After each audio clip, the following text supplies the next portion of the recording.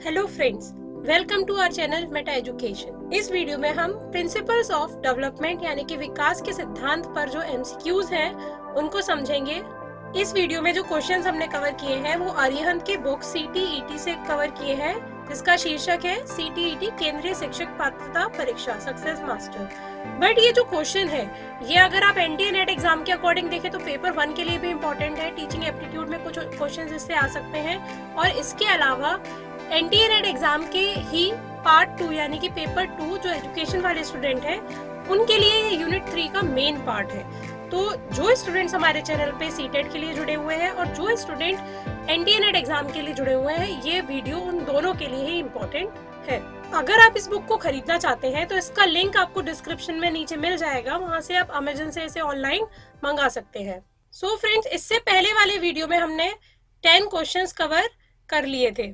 इस वीडियो में हम बचे हुए 10 क्वेश्चंस को कवर करेंगे। ये हमारा जो एमसीक्यूज प्रिंसिपल ऑफ डेवलपमेंट का सेकंड पार्ट है। आई होप आपने फर्स्ट वाला पार्ट देख लिया होगा एंड आपका स्कोर भी 10 आउट ऑफ गया होगा, अच्छा स्कोर गया होगा। सो इस वीडियो में भी आपको क्या करना है, जो भी आपके क्वेश्चंस हैं, अगर आप लाइव आंसर दे रहे हैं तो लाइव कमेंट में कमेंट करके बताइए कि 1 का आंसर क्या है या 11 का आंसर 11-1 या 11-2 इस टाइप से आप लिख सकते हैं।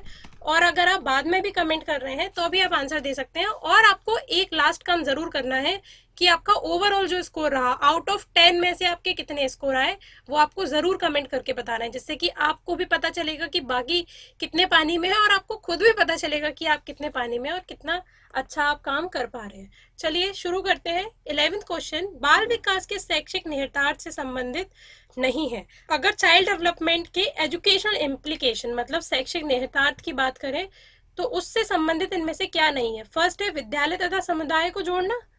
सेकंड, प्रातःकालीन विद्यालय सभाओं को संबोधित करना। थर्ड, विद्यालय के बाग की देखभाल करना। फोर्थ, पिछड़े और गंदे क्षेत्रों में लोगों की सेवा के लिए ना जाना। इसमें से क्या जो है इम्प्लीकेशन बाय चाइल्ड डेवलपमेंट के जो इम्प्लीकेशंस हैं उनसे रिलेटेड नहीं है। देखिए, इसमें जो एलिमिनेशन मेथड है वही यूज करते हैं। विद्यालय तथा समुदाय को जोड़ना बहुत जरूरी है, तो ये तो है ही हमारा सही करेक्ट आंसर। यहाँ पर नहीं दिया गया है, ठीक है, नहीं को आप ध्यान रखना बहुत जरूरी है। सेकंड है प्रातःकालीन विद्यालयों की सभाओं को संबोधित करना है, इससे बच्चे में मोरल डेवलपमेंट होता है, तो ये भी करना जरूरी है। विद्यालय के बाग की देखभाल करना, इससे एस्थेटिक डेवलपमेंट होगा, एनवायरमेंट को केयर करना सीखेंगे बालक, तो ये भी जरूरी है। एंड फोर्थ है पिछड़े और गंदे क्षेत्रों में लोगों की सेवा के लिए ना जाना। यहाँ पर जो ना लगाया है इन्होंने, उससे ये आंसर इसका करेक्ट हो गया, क्योंकि पिछड़े और गंदे क्षेत्रों में लोगों की सेवा के लिए जाना चाहिए, ये भी बच्चे के विकास से संबंधित है, पर ये ना कह रहे हैं, इसलिए 11th का जो फोर्थ आंसर है वो है करेक्ट। आई होप आपको समझ में आ गया होगा। क्वेश्चन नंबर 12, आपकी कक्षा का एक छात्र कक्षा में काफी बात करता है, आप उसके विषय में पता करते हैं तथा पाते हैं कि वह छात्र अपने घर पर बहुत ही कम बात करता है, तो आप उस छात्र के विषय पर निम्न में से क्या विचार देंगे। यहाँ पर कंडीशन दी गई है कि एक बच्चा है जो कि अपने घर पर बात नहीं करता है और स्कूल में वो ज्यादा बात करता है, तो ऐसी कंडीशन में आप क्या करेंगे। फर्स्ट है विद्यालय प्रत्येक समय बच्चों को खूब बातें करने का अवसर देता है, ये गलत ऑप्शन है। सेकंड, शिक्षकों की ये मांग है कि बच्चे विद्यालय में खूब बात करें, ये भी इलॉजिकल साउंड हो रहा है, तो ये भी गलत है। थर्ड ऑप्शन है उस बच्चे को उसका घर पसंद नहीं है। फोर्थ, उस बच्चे के विचारों को विद्यालय में मान्यता मिलती है। तो देखिए, ऐसा तो इम्पॉसिबल है कि किसी बच्चे को अपना घर ही पसंद ना हो, बिल्कुल, और अगर कुछ केसेस को छोड़ दिया जाए तो इसलिए ऑप्शन थर्ड भी लॉजिकल साउंड नहीं कर रहा। बट अगर साइकोलॉजी के अकॉर्डिंग देखा जाए तो ऑप्शन 4 हमारा करेक्ट है। क्यों? क्योंकि जो भी पर्सन है वो कहाँ पर अपने विचारों को व्यक्त करता है, कहाँ अपनी फीलिंग्स को शेयर करता है, जहां पर उसे किसी भी प्रकार की मान्यता या फिर एस्टेब्लिशमेंट मिलता है या उसको लोग सुन रहे होते हैं, उसको सुनना पसंद करते हैं, तो हो सकता है उसके घर पे उसकी बातों को ना माना जाए, या वो छोटा बच्चा हो सारे घर में तो उसे छोटा बच्चा समझ के चीजें ठीक ना लगती हो, इसलिए वो घर पे बात नहीं करता हो। पर क्योंकि विद्यालय में उसकी अच्छी पकड़ है और लोग उसे अच्छा समझते हैं और उसकी बातों को मानते हैं, इसलिए वो विद्यालय में पूरे दिन बात करता है। तो ये वाला ऑप्शन इसका सही हो सकता है। आई होप आपको एक्सप्लेनेशन भी समझ में आया होगा। नेक्स्ट क्वेश्चन है क्वेश्चन नंबर 13। डोनाल्ड और मिलर के अनुसार अधिगम को कितने प्रमुख अवयवों में बांटा जा सकता है? अगर अधिगम की बात करें, ये कॉन्सेप्ट है डोनाल्ड और मिलर का, हम जल्दी अपने वीडियोस में इसको कवर करेंगे। तो उनके अनुसार अधिगम को हम कितने प्रमुख अवयवों में बांट सकते हैं? इसका आंसर है 4। डोनाल्ड और मिलर के अनुसार 4 डिफरेंट अवयव या एलिमेंट्स में लर्निंग को हम डिवाइड कर सकते हैं। हम आपको अपकमिंग वीडियोस में बताएंगे कि क्या इन्होंने बताया था। नेक्स्ट क्वेश्चन है क्वेश्चन नंबर 14। विकास की दिशा होती है, डेवलपमेंट है वो, उसका डायरेक्शन क्या होता है? निश्चित, सर्टेन, अनिश्चित, अनसर्टेन, या निश्चित व अनिश्चित दोनों, या उपरोक्त में से कोई नहीं। तो जैसा कि हमने आपको बताया था, डेवलपमेंट की दिशा निश्चित होती है। पॉजिटिव डायरेक्शन में अगर हमारा डेवलपमेंट हो रहा है तभी हम कहेंगे डेवलपमेंट हो रहा है, इसलिए उसकी जो दिशा होती है वो निश्चित होती है। नेगेटिव डायरेक्शन में डेवलपमेंट को डेवलपमेंट नहीं कहा जा सकता। Question number 15। आपकी कक्षा की एक छात्रा रजनी की लंबाई पिछले वर्ष की तुलना में लगभग 6 इंच बढ़ गई है, उसके इस परिवर्तन को आप क्या कहेंगे?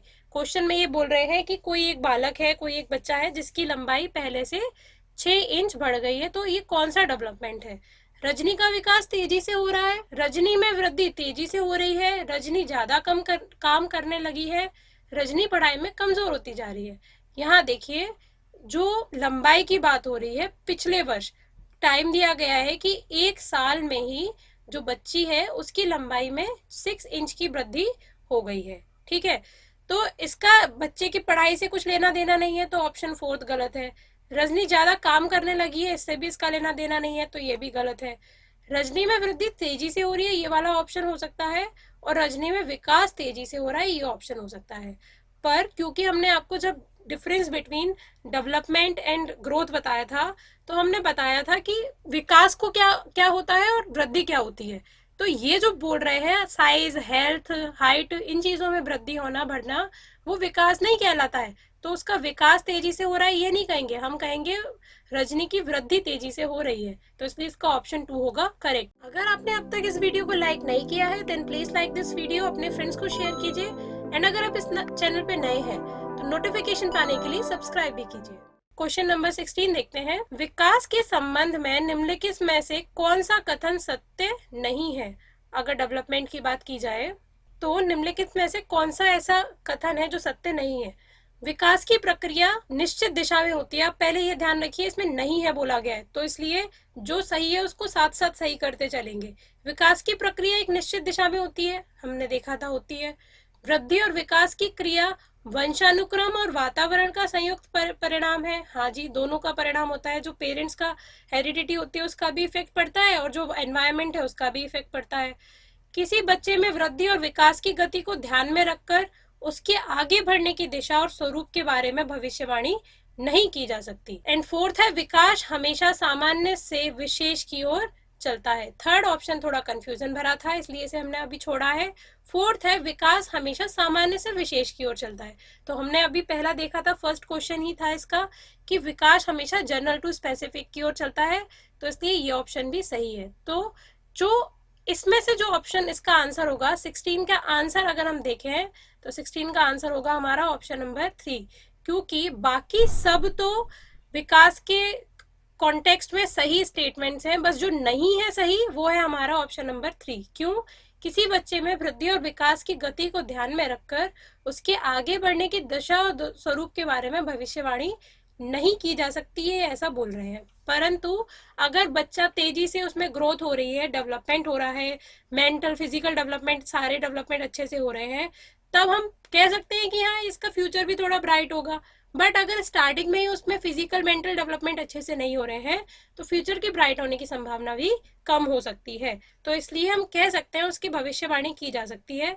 तो इसका ऑप्शन होगा option number 3। Next is question number 17।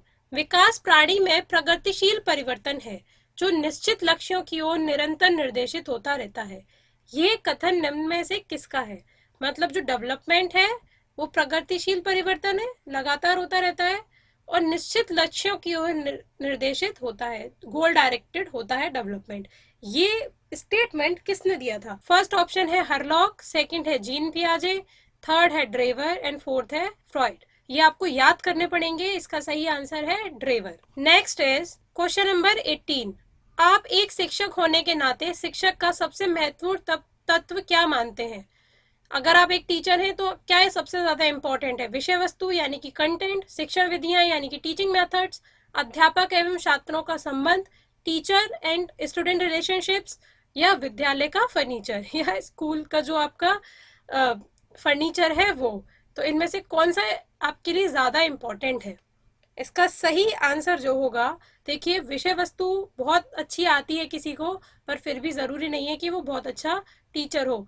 शिक्षण विधियां बहुत अच्छी से अच्छी आ जाए, पर उसका टीचिंग से लेना देना है। बट अगर एक अच्छा शिक्षक होने के नाते आपको क्या करना चाहिए? आपको स्टूडेंट और टीचर का जो रिलेशनशिप है वो बहुत अच्छा होना चाहिए। बहुत अच्छा इन दैट सेंस कि अगर स्टूडेंट को कोई डाउट हो रहा है वो आपसे पूछ सके। अगर आप अपने स्टूडेंट को नहीं समझेंगे, स्टूडेंट आपको नहीं समझेगा, तो कितनी भी अच्छी टीचिंग मेथड आप यूज कर लें, कितना भी अच्छा कंटेंट बच्चों को प्रोवाइड करा दें, आपको पढ़ाने में प्रॉब्लम होगी और बच्चों को पढ़ने में और समझने में दिक्कत होगी। तो बेस्ट जो महत्वपूर्ण तत्व माना जाता है वो है अध्यापक एवं छात्रों का संबंध, relationship between teacher and students. Next question is question number 19। आपकी कक्षा का एक छात्र राजू शारीरिक विकास की दृष्टि से काफी पिछड़ा हुआ है। आपको हमेशा लगता है कि कहीं राजू हमेशा पिछड़ा ना रह जाए। अब ये स्टेटमेंट इन्होंने फिलिप्स के अकॉर्डिंग दिया है कि अगर एक बच्चा है जो राजू है वो किसी शारीरिक विकास की दृष्टि से पिछड़ा हुआ है, तो आपको हमेशा क्या लगता है कि राजू पिछड़ा ना रह जाए? किसमें, इन चारों में से किस चीज में राजू पिछड़ा ना रह जाए? फर्स्ट है इमोशनल डेवलपमेंट यानी कि संवेगात्मक विकास में, सेकंड है बौद्धिक विकास में, एंड थर्ड है सामाजिक या सोशल डेवलपमेंट में, एंड फोर्थ है उपरोक्त सभी में। अब बच्चे का जब शारीरिक विकास ही अच्छे से नहीं हो पा रहा है तो कहीं ना कहीं उसका इफेक्ट बच्चे के संवेगात्मक विकास में भी पड़ेगा, ठीक है, बौद्धिक विकास में भी पड़ेगा और सोशल डेवलपमेंट में भी उसका इफेक्ट पड़ेगा ही पड़ेगा। तो इसलिए जो इसका सही आंसर है वो है ऑप्शन नंबर फोर्थ, उपरोक्त सभी में। आई होप आपको समझ में आ गया होगा। चलिए लास्ट क्वेश्चन देखते हैं, क्वेश्चन नंबर 20। आप अपने विद्यालय के कुछ छात्रों के विकास पर पिछले 2 वर्षों से विश्लेषण कर रहे हैं। आपके विश्लेषण का सार निम्न में से क्या हो सकता है? मतलब आप कोई टीचर है, वो पिछले 2 साल से एनालिसिस कर रहे हैं डेवलपमेंट पर, बच्चों पर। तो आप इसका कंक्लूजन क्या हो सकता है? पहला है विकास की प्रक्रिया क्रमबद्ध रूप से आगे बढ़ती है, ये तो सबको पता ही है कि क्रमबद्ध रूप से आगे बढ़ती है। दूसरा, विकास धीरे धीरे एवं निश्चित समय पर होता है, ठीक है, ये भी सही है। थर्ड, विकास की दिशा सामान्य से विशिष्ट की ओर होती है, ये भी हमें पता ही है। और फोर्थ है उपरोक्त सभी। तो इसका जो करेक्ट आंसर होगा वो होगा उपरोक्त सभी। आई होप आप लोग के सभी आंसर जो है अब तक सही गए होंगे। अगर आपको इस वीडियो को समझने में या फिर इन आंसर्स को देने में कोई दिक्कत आई है या कुछ चीज आपको नहीं समझ में आई है, आप कमेंट करके पूछ सकते हैं। सारे डाउट्स क्लियर करने का हम पूरा ट्राई करेंगे। आई होप फ्रेंड्स आपको ये वीडियो पसंद आया है। नेक्स्ट वीडियो के आने तक प्रीवियस वीडियोस एंड इससे रिलेटेड कॉन्सेप्चुअल वीडियोस आप देख सकते हैं। अगर आपको वीडियो पसंद आया है then like this video, share with your friends and subscribe our channel.